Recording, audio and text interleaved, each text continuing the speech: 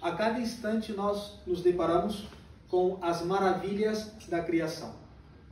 Não podemos ter sentidos externos sem perceber toda a maravilhosa criação que Deus dispõe a cada um de nós. Sabemos também qual foi o intuito de Deus ao criar todas as coisas, desde as coisas mais perfeitas, como a Santíssima Virgem Maria, os anjos e todos os santos, até a menor das pedrinhas, a menor das moléculas. Nós sabemos perfeitamente que Deus produziu a criação para comunicar algo da sua bondade. A bondade, ela se difunde por si mesma. Por quê? Porque ela quer se comunicar. Ela quer comunicar o bom que ela tem. Da comunicação que Deus tem para com as suas criaturas, pode ser uma comunicação mais ou menos perfeita, mas sempre Deus querá compartilhar algo da sua mesma bondade. Dentro de todo o espetáculo da criação, os anjos e os homens, antes que os anjos, obviamente a Santíssima Virgem Maria, aparecem ali como das puras criaturas, as criaturas prediletas de Deus, porque Deus confere a esses seres a sua mesma vida divina com a graça santificante. Então, esses dois grupos de seres criados, os anjos e os homens, são prediletos por Deus, porque Deus escolheu esses dois grupos de criaturas para comunicar a sua mesma vida divina, a sua mesma graça. Mas, por mais que os anjos sejam mais perfeitos enquanto a natureza com relação ao homem, os homens são de maior predileção de Deus. Por quê? Porque Deus escolheu a natureza humana para fazer a maior comunicação possível das suas bondades. Deus dispôs desde toda a eternidade e no tempo produziu a união maior que pode existir entre o Criador e a criatura na pessoa de nosso Senhor Jesus Cristo. Cristo, aquela pessoa, quem é? A natureza divina e a natureza humana unidas numa mesma personalidade. Por isso podemos dizer e podemos dar a vida para sustentar que Cristo é Deus e homem verdadeiro. Mas isso constitui a maior graça que Deus poderia comunicar às criaturas. Essa união de personalidade. E nós vemos que Deus nosso Senhor, para produzir essa grande graça, respaldou esse sagrado menino, que faz uns dias comemoramos o seu nascimento, de uma família que não é nada menos que sagrada, que a festa comemoramos hoje. A Sagrada Família, ela constitui exemplo para absolutamente todas as famílias que procuram seriamente a santificação. Que melhor mãe e esposa que a Santíssima Virgem Maria?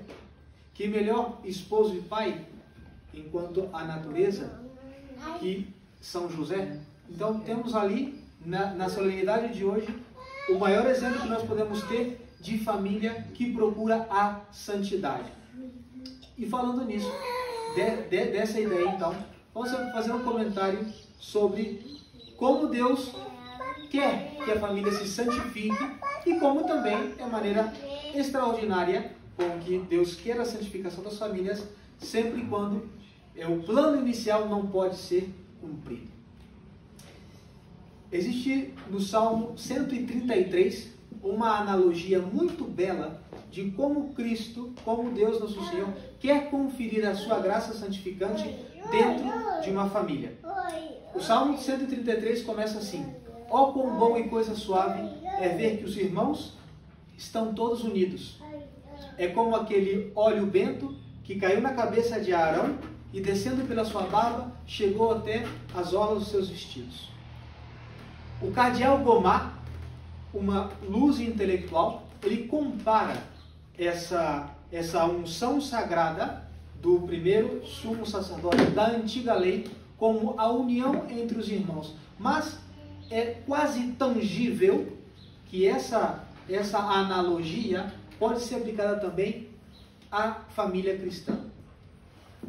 lembrando um pouco qual era a cerimônia, a consagração de Arão, primeiro sumo sacerdote da antiga e abrogada lei, foi ungindo com um óleo, um azeite abençoado e com uma espécie de perfume todo o seu corpo. Foi derramado sobre a sua cabeça e escorreu sobre todo o seu corpo, tornando-lhe o primeiro sumo pontífice da antiga lei, que se compara com a bênção de Deus sobre todo o corpo da família, porque a família, ela é um corpo, ela é uma sociedade. E assim como a primeira parte que recebeu a bênção, a consagração do corpo de Arão foi a cabeça da família deve receber em si grande parte das bênçãos divinas, porque inclusive no mesmo corpo humano, como a sociedade é comparada a um corpo, a família também pode se comparar ao corpo humano. Na cabeça, nós temos todos os sentidos.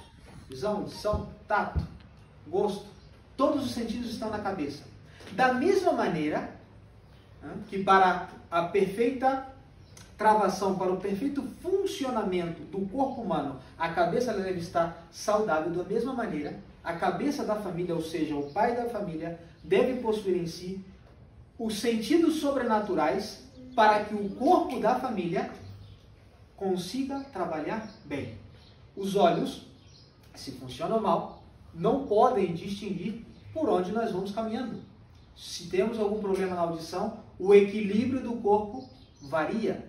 Se nós temos um problema na fala, não podemos nos comunicar bem. Da mesma maneira, a carência dos sentidos sobrenaturais na cabeça da família leva ordinariamente a uma certa desestabilidade sobrenatural no lar cristão, porque falta, digamos, a bênção na primeira parte, no líder, no guia da família. Portanto, os homens têm uma obrigação grandíssima diante de Deus, como seu dever de Estado, de encher as suas almas dos dons sobrenaturais, que obviamente sempre se começa pela oração.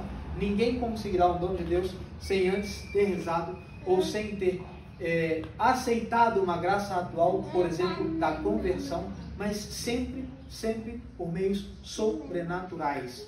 Nós devemos encher as nossas almas com os bens sobrenaturais e, em primeiro lugar, na família, o homem.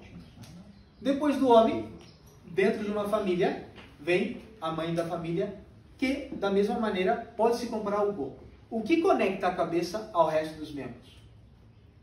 É o pescoço e o tronco, onde está, no pescoço, por exemplo, as principais artérias, os principais ossos da cervical. É a estrutura que sustenta a cabeça e une a cabeça ao corpo. Ali está a mãe.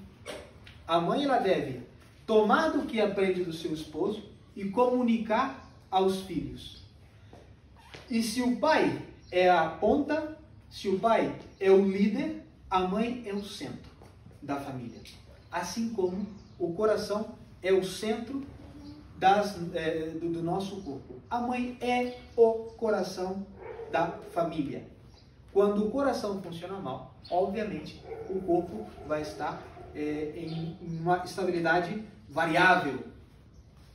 Na antiguidade, por mais que não havia muita ciência, mas as explicações eram poéticas. Existe uma explicação da antiguidade que não é nada científico, mas é muito poético, de como se produz o leite materno.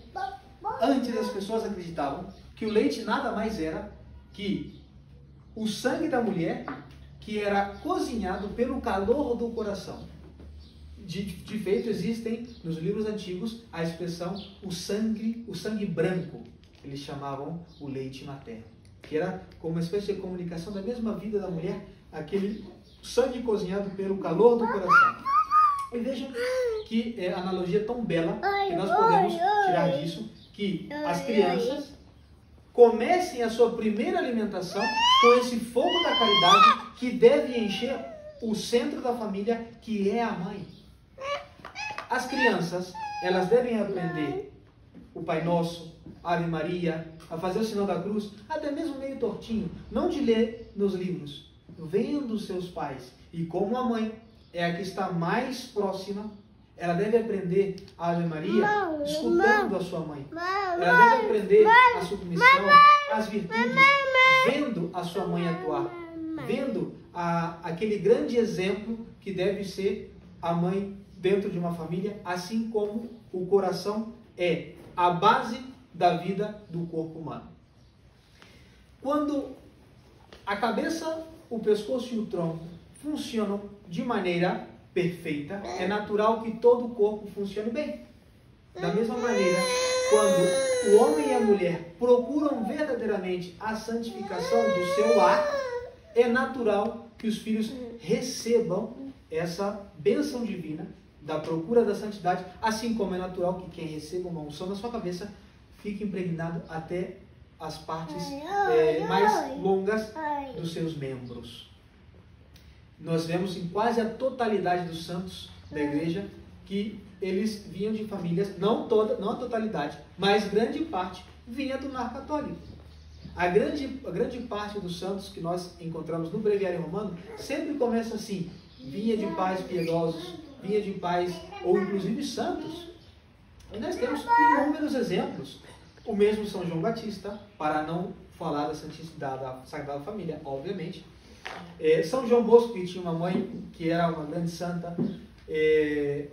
Santa Teresinha do Menino Jesus, que tinha 2 pais que procuravam de maneira séria a santidade. Então é uma conclusão natural que os filhos procuram a santidade seguindo o exemplo dos seus pais, mas não sempre ocorre assim. Sabemos perfeitamente que hoje em dia, e mais na grande apostasia que nós vivemos, não ocorre isso. Até infelizmente e tristemente é fácil encontrar dentro do mesmo lar um homem que procura a santidade e a mulher não, porque divergem na fé. Ou que os pais vivam como cristãos e os filhos como pagãos. Ou ao contrário. A explicação disso também encontramos alegoricamente nesse salmo que estamos comentando, o Salmo 133. Por quê? Porque, como eu disse ao começo, essa unção ela foi feita com um óleo, um azeite que era um perfume. A qualidade do perfume, qual é? Contagiar quem toca o que está perfumado. Então, enquanto nós procuremos de maneira séria fazer a nossa parte, procurar a santificação, nós devemos simplesmente confiar em Deus, que por meio da oração, que é esse sagrado perfume, aqueles que nós queremos bem vão se contagiar, entre aspas, desse desejo da santidade, mesmo que nós não vejamos os frutos nessa vida, mas os segredos da consciência, os segredos do coração, somente é Deus que pode enxergar até o abismo da profundidade de uma alma. Então, enquanto nós procuremos de maneira séria a nossa santificação, espelhados no grande exemplo da Sagrada Família, podemos confiar em Deus que vamos sim alcançar a própria salvação e santificação e que pelo menos estamos fazendo a nossa parte para a salvação dos nossos seres queridos. Ave Maria Puríssima, sem pecado concebida. Pai do Espírito Santo.